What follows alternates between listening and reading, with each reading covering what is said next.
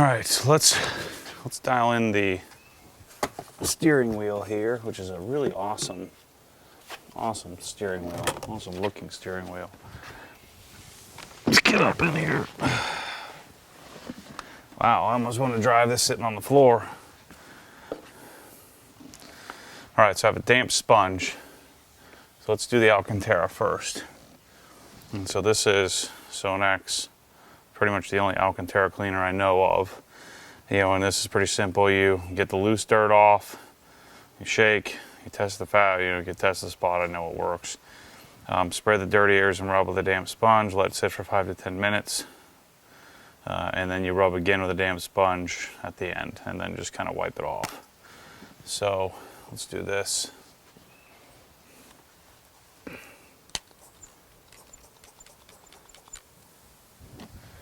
So we do that.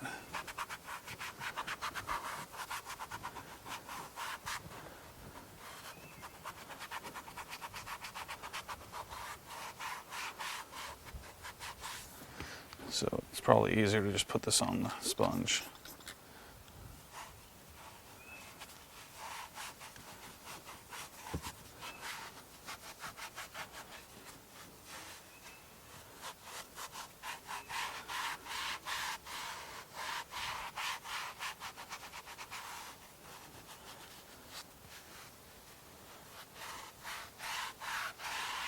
Let's put it on the bottom.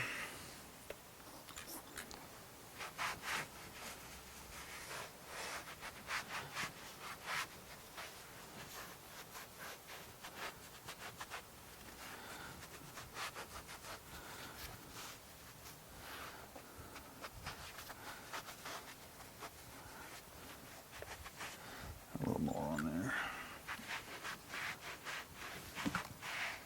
So then we let that sit here for 5 or 10 minutes, and then I'm not going to vacuum it. What I'll do is I'll just wipe it off then. I'll wipe it off with my towel. Yeah, so rub again with a damp sponge or cloth and let dry. Yeah. Okay. So while that's doing its thing, let's do the little leather part here. This is not leather, center section, but this part is, which gets touched a lot. And so let's take a different sponge and some Leathermaster Strong Cleaner.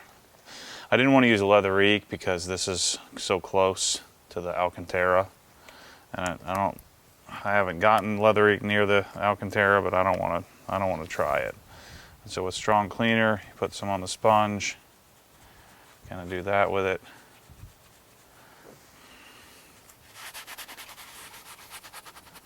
I'm going to try to avoid the Alcantara if I can, but it really doesn't affect it all that much. It hasn't affected my GT3 when I've used it.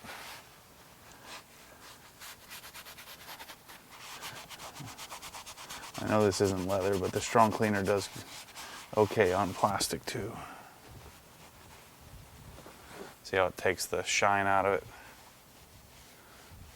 At least that kind of leatherized plastic anyway. I don't use it on all the plastics, but I will use it at times on this stuff. And I haven't had anything fade or get ruined on me yet, so it seems to be okay.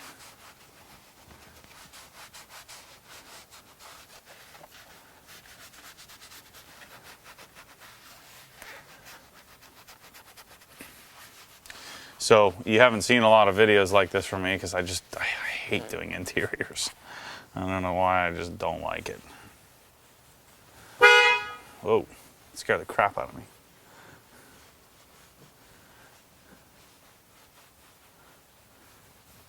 You know, while we're at it, I don't think this thing's gonna last very long with me, but let's do a quick little Alcantara cleaning to this thing. Yeah, the dude must have had like a little chihuahua or something, because there's little dog hairs everywhere.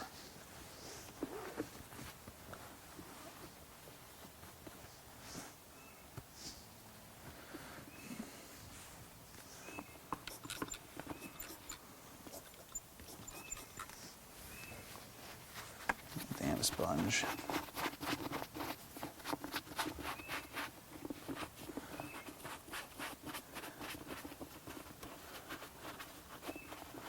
The idea behind this stuff is you get it moist and then you come back and we wipe the dirt out. And I used to use white towels on the interior so you could really see the dirt coming out. These freaking little dog hairs are going to take 5 years for me to get out. So we'll let that sit. So we can put our cap back on our strong cleaner. So done with that. Which one of these? So that was our strong cleaner, our Alcantara cleaner, which we're done with. And so now let's put some leather vital on this section. This is what I was talking about earlier on the seats and the doors. I may actually come back in a few months and do, I've always loved the Leather Masters option. Again, to me, Leatherique is more of a restoring type system. This has always been more of just a maintaining system. At least it has for me. I've only done Leatherique a couple of times in the past. So Leather Vital, if you do use it on your seats, it's not really going to matter in this little spot. But this can leave streaks. So you need to make sure you apply it evenly and then wipe it off so that you get a nice even finish. Otherwise, you'll have streaks in your leather, which nobody likes.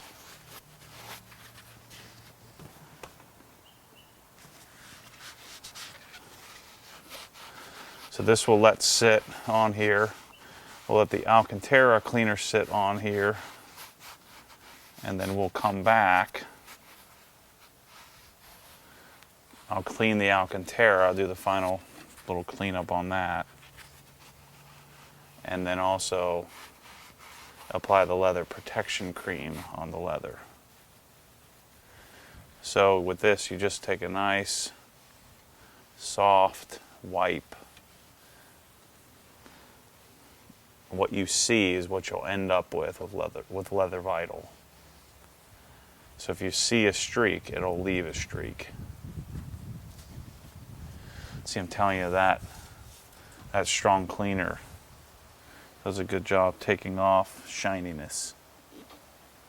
I don't really see any other shininess in here. So what I'm probably going to end up doing here in the future is these sections, because they're kind of scratched up. The door, I already ordered the OEM titanium shift knob, which I'm a big fan of. Get rid of the carbon fiber ball. But I think I'm going to convert this to carbon, this to carbon, this to carbon. And so I have just some because I need to get new pieces anyway because these are all scratched up. So I'm gonna end up doing that. So while I'm sitting here, I might as well use my other. So we're done with Leather Vital. We're done with Sonex, Alcantara. We do need protection cream in a few minutes, so we'll use the same pad. I'll just flip it over that I used for the Leather Vital. That I'll use it for the protection cream.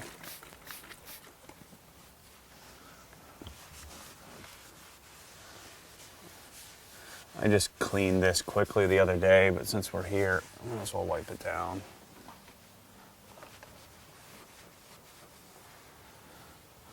A lot of times on the gauge cluster, I'll use glass cleaner, or again, I'll just wipe it gently. I don't want to buff the heck out of it because I don't want to scratch that. That's one thing you don't want to have to replace if you can help it.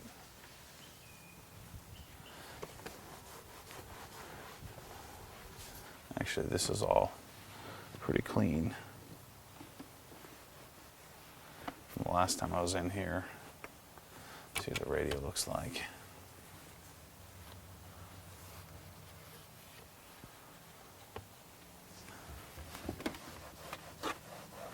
Oops, steering was wet.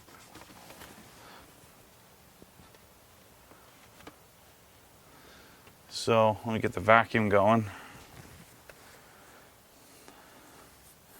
We'll let that sit for a little longer before we put the protection cream. And we'll wipe off the Alcantara stuff. It's gonna take me forever to get this dog hair out of here. I'm not gonna say it, but you guys know what I'm thinking. You dog lovers are losing your minds right now. Trip out. More power to you. I'm just not, we're never gonna have one. Especially not one in my car.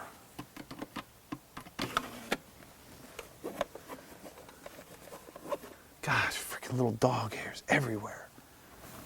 Dang it.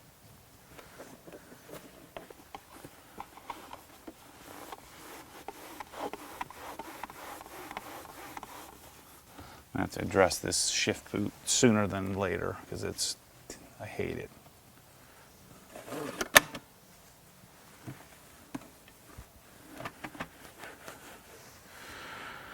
This is comfy, I don't want to get up. S2000's always had such nice OEM pedals.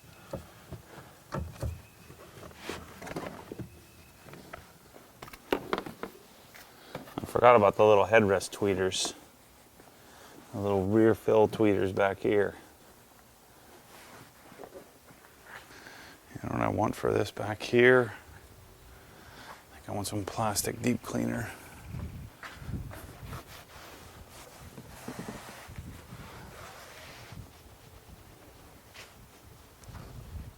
All right, so the steering wheel's ready to just get wiped off, and so just gently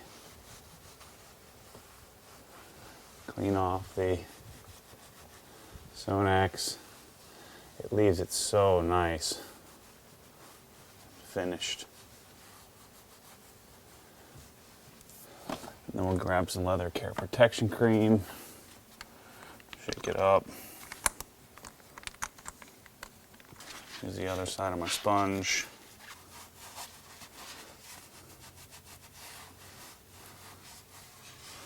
Avoid the Alcantara as much as I can.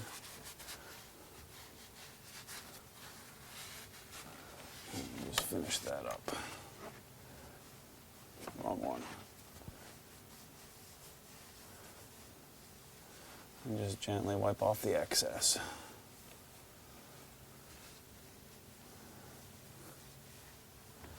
Steering wheel is dialed in. Good. So let's vacuum and then we can put the seats back in.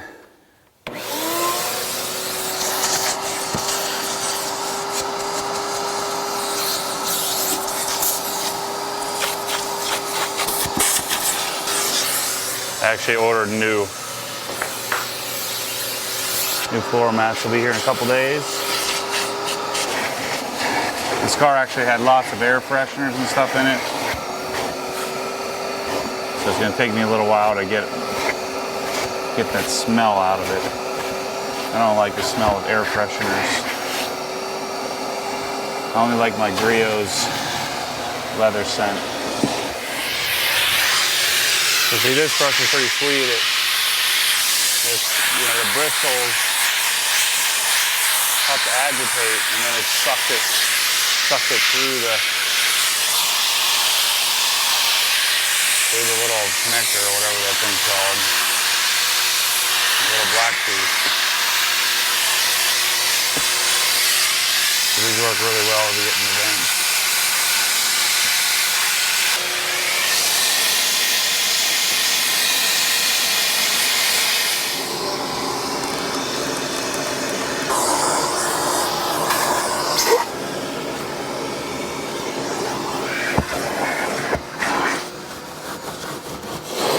The hard part of getting the dog hair out.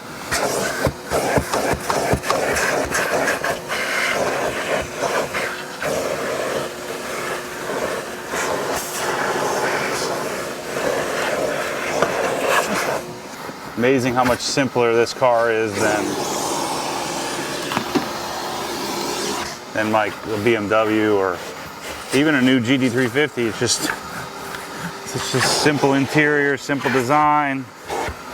Nothing to it. Pulling out individual dog hairs for the rest of my frickin' life.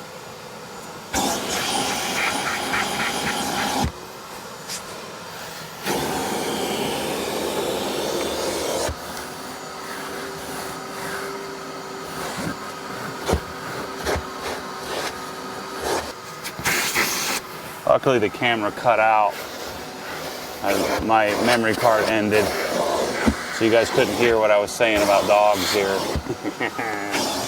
All you dog lovers would unsubscribe.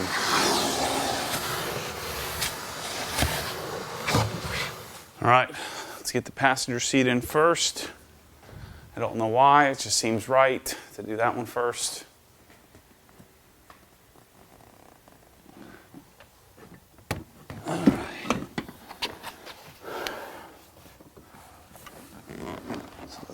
Molex connections first.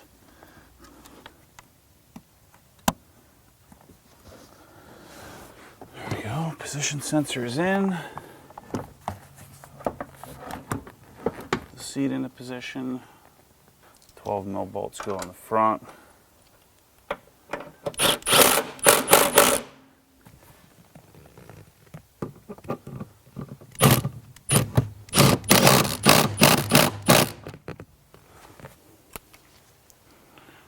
In. I think I gotta put that in first.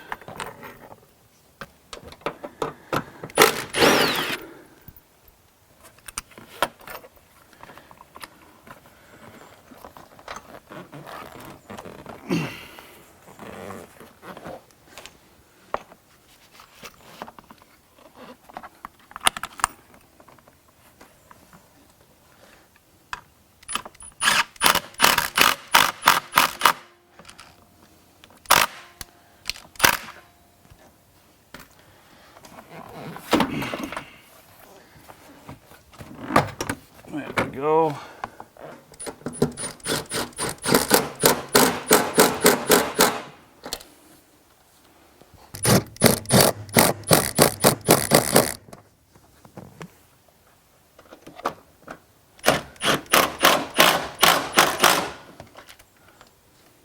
Passenger seat done.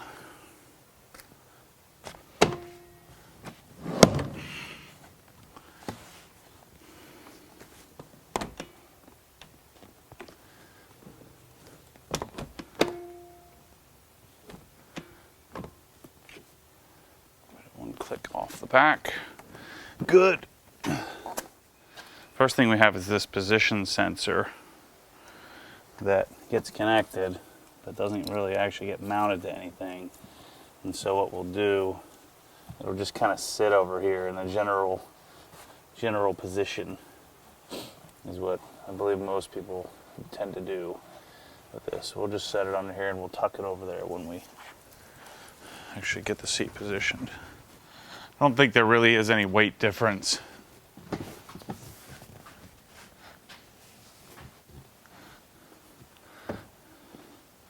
But the driver's seat certainly feels lighter than the passenger seat. There isn't as much. Let's get our airbag.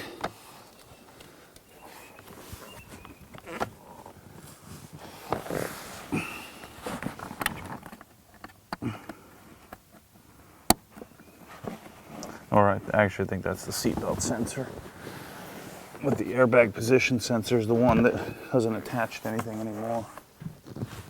And I'll take and put this position sensor over again in the general vicinity of where it's supposed to go. Let's put my 12 mils in the front.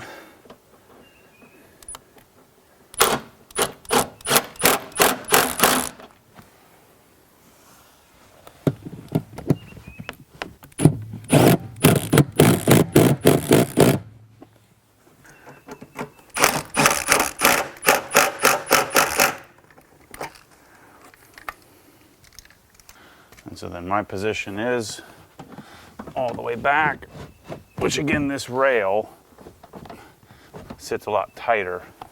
So the seat's all the way back, and I take the position Don't put it, if you lean against the back, it rubs. So I come up one click. Let's see. So there's back, one click. First I gotta get the seatbelt out.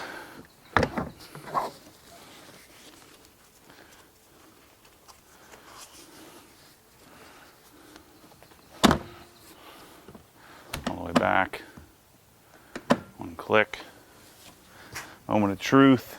So let's sit in the car and see if it, again, I had this in my previous AP2. Let's see how much more room I got.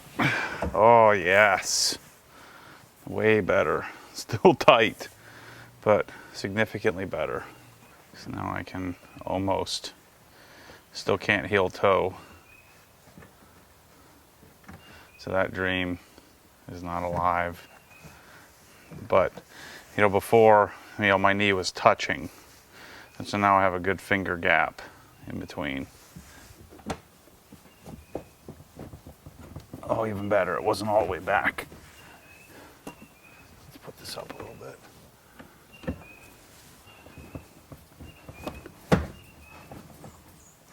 Okay. Now I'll put the seat back. One click. There we go. So I can bring my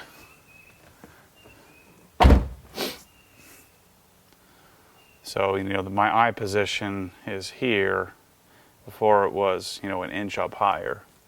So it just makes that much more of a difference, giving me more space to do my thing.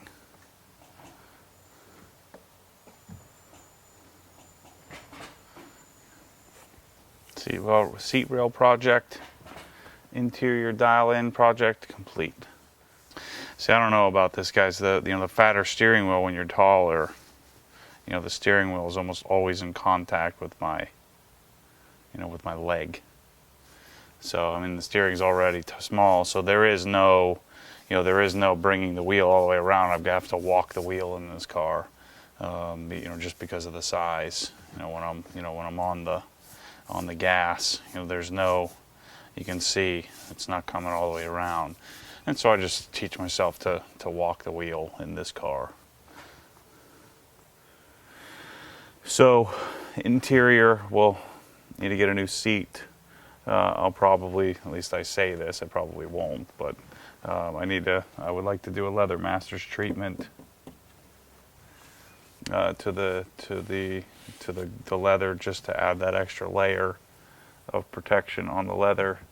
You know, it gives it, you know, it's a very extremely matte looking finish. So it gives it it's still, you know, even with leather masters, it's really matte, but it you know, kind of gives the leather a little bit of a, doesn't look quite as dry as it does with the leather ink. But again, the leather ink just looks like a new car. You know, it doesn't look like there's anything on the paint. So anyway, let me go clean up and then I'll wrap up the video. I'm starting to come around to the idea of LEDs. I put some really high-end, I forget how this thing comes out. I put some really high-end LEDs in my house, Cree LED replacements. But in the car, these just never seem to look very good. I don't know what the deal is here, but this one isn't freaking working. So he sent a couple of these, but you know, there's only one light bulb working, so I gotta pull this cover off, which, yeah, it comes off right here.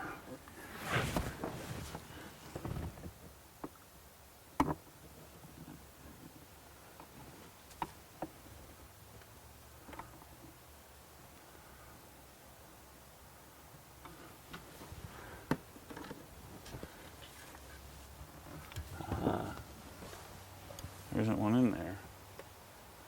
Let's see.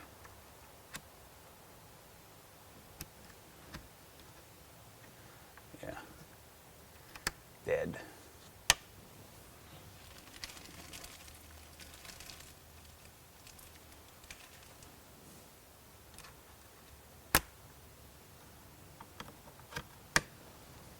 Just put the regular old yellow jobbers back in there. At least they work.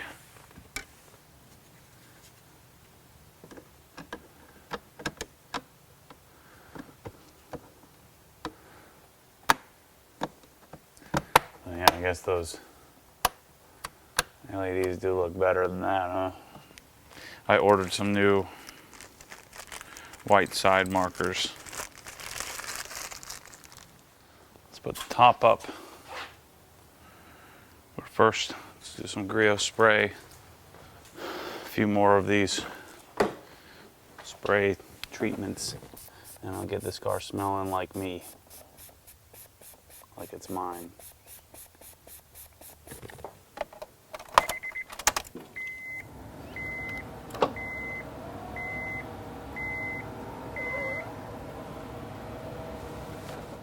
So, series is done.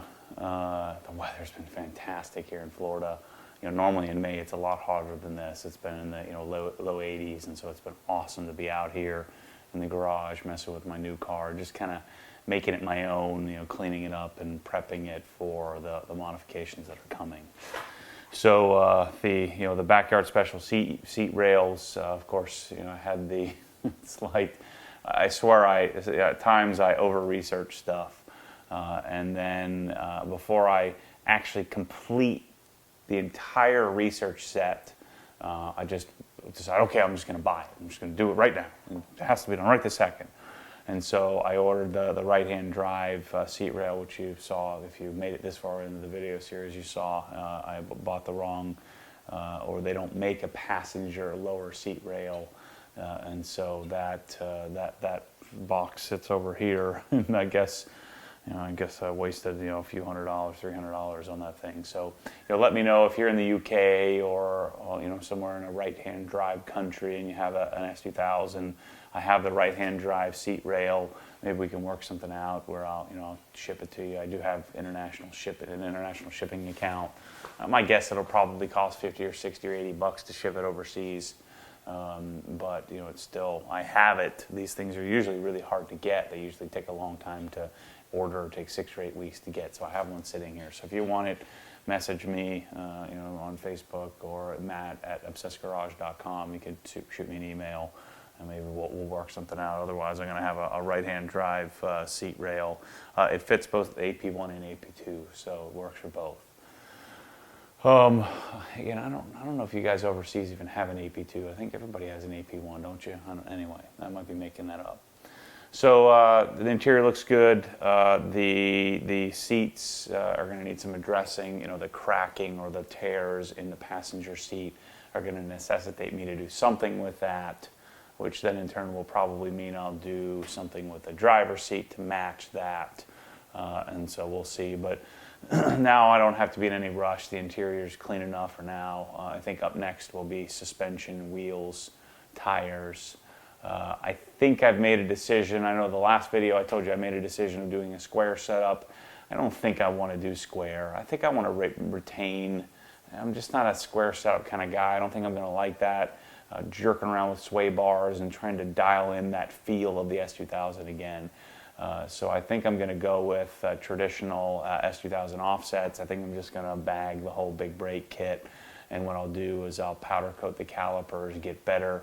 You'll get stainless steel brake lines, get better pads, better rotors, and just do that. And then maybe someday I'll do different fenders. After seeing lots of pictures of the downforce wider fenders, I don't think I like it. So. Maybe I'll go and see it somewhere in person before I do it. But for now, I'm going to buy some Volks and do that. So a bunch of OEM stuff coming, side markers, headlights. Someone suggested order the JDM headlights. I probably should have done that. It's a little late now. Good to get rid of the amber. The amber really doesn't bother me all that much. But I will be doing the clear side turn signal lights. I'll be doing I think I'm going to be doing JDM red Honda badges. I'll also do debadge the S2000 off the side. So all that stuff's coming. What else do I need to do? At some point here, which will probably be a little further, I'm going to have the hardtop repainted. I'm starting to think I might just stick with OEM rather than the more I look at pictures of the Mugen, I don't know if I want to do that. So I might stick with the OEM. I'm just going to get that repainted, dialed in. I'm going to get the 2 scratches probably repaired, repainted on the sides, and just have this car really dialed in. So we'll have CE28 ends, OLED suspension. I'm going to do a bunch of other, sway bars, a bunch of other stuff. I actually think I'm going to do this CR setup with Cup 2. So I think I'm going to do 215, 255 combo. And then I'm almost certain I'm going to do the Kraftwerk supercharger. I've already put an order in, or an indication to order a Toda header, Toda test pipe, Toda exhaust.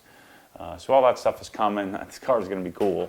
So it's all it's all set up. The interior set up, exterior set up, and so now I'm just going to start doing little tweaks every week or two as I get the parts, as it comes in, and we're going to have fun with it. So anyway, stay tuned for more of this crazy. And now I guess it's S2000 crazy. Tomorrow, if I get some time, I'm going to go and finish up the pedals in the GT350. So get the pedals done. I did get an MHT shifter. I think I'm going to want to do that on a lift. So I got the MHT shifter to do at some point. I have a couple of little JLT parts to put on. So I'll probably do the pedals and those little parts tomorrow. The hood actuators, or the hood, whatever, the hood shocks. So I got to do those. So we'll probably do that video. But anyway, thanks for watching, and stay tuned for more crazy. Because what happens when the force pulls you back, your foot naturally comes off the gas. You have to keep your foot to the floor.